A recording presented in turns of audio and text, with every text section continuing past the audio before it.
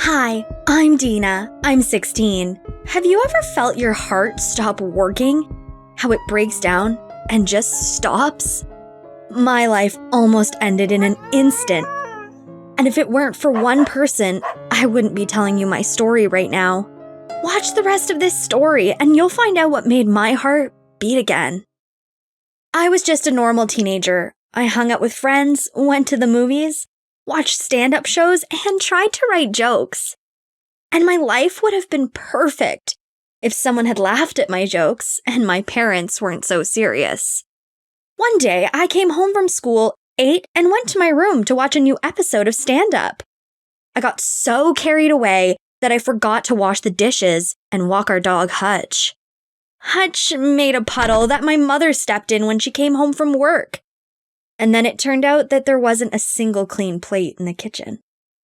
My mother said that I was an ungrateful daughter and blah, blah, blah. And I was just carried away and forgot about my household chores. It could happen. I'm a teenager with a rich inner world. Do your parents demand a lot from you too? My mother forbade me anything related to entertainment.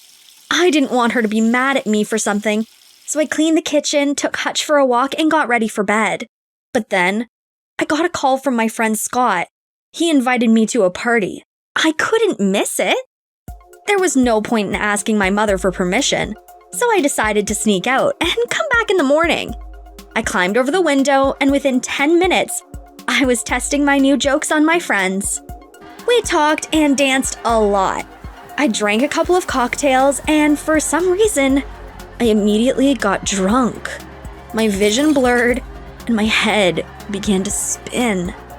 I fell on the knees of the guy who was sitting next to me and started to choke. Then, my friends ran up, started waving something, and then it was dark. I woke up in a hospital bed. There were a lot of pipes and wires around me, connected to huge beeping boxes. My doctors and my parents came to see me. Mom and Dad looked worried. Did I drink too much yesterday? I wanted to get back from the party unnoticed, but apparently it didn't work out.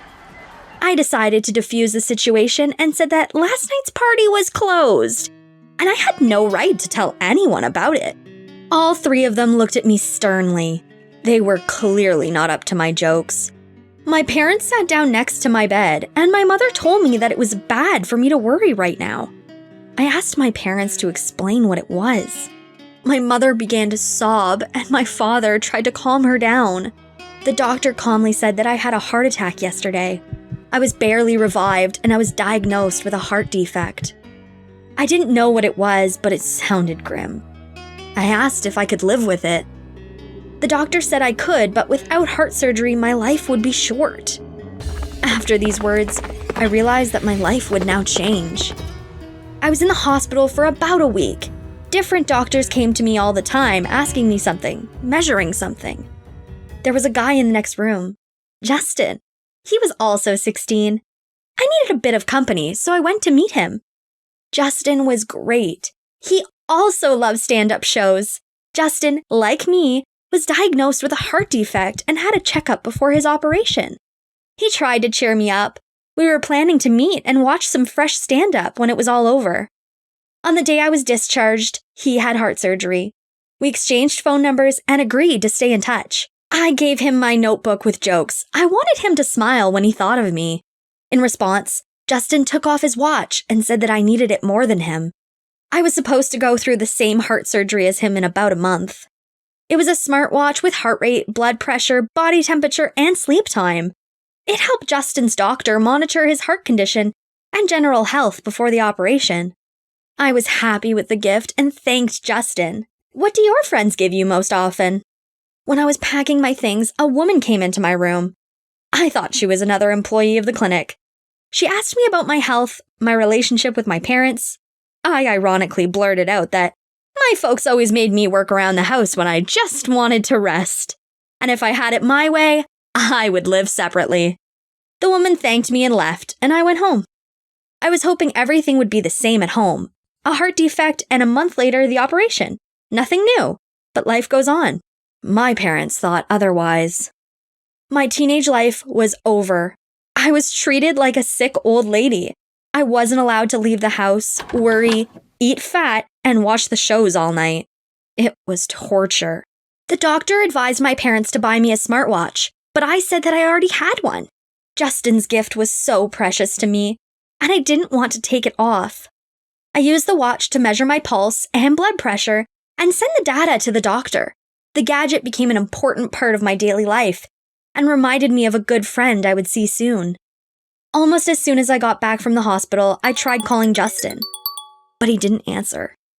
I called him every day, but no one answered. And then I got a call from Scott, who asked me to go out. I was just tired of being isolated and I needed to communicate. This time, I asked my parents for permission. My mother was absolutely against it, and my father locked me in my room. I started pounding on the locked door with my hands and feet and felt my heart pounding, but I didn't care. My folks only cared about my pulse and sleep. Through the door, my mother tearfully asked me to calm down and measure my heartbeat. This request made me angry, and I took off my watch and threw it on the floor with all my might. I was sick of these measurements and reports. I just wanted to live a normal life. I climbed through the window and escaped, but I didn't go to Scott's. I spent the night in a shed in the back of our house. I was thinking about how to live my life. I called Justin many times, but he didn't answer. I really missed the friendly support. Morning came and I returned home.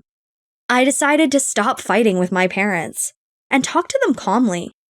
My parents were sitting in the living room with the strange woman who had come to see me in the hospital. What did she want? She introduced herself as a social worker and asked why I didn't spend the night at home and how my parents were treating me at the moment. I didn't think it would go this far. My words in the hospital about slavery were just ironic. At that moment, I understood that the fate of my family depended on my answer, and I didn't want to cause any problems for my parents. I jokingly said that I decided to do some downshifting and spent the night in the barn, but forgot to warn my mother. We were doing well, and my parents only forced me to do two things: brush my teeth and wash my hands. The woman listened to me, then took my parents aside, said something to them, and then she left. My mother ran to me in tears and hugged me as if she hadn't seen me in years. She and Dad apologized for going too far. While we were all hugging and kissing, my phone rang. I was hoping it was Justin, but it was a woman's voice, and she identified herself as Justin's sister, Annie.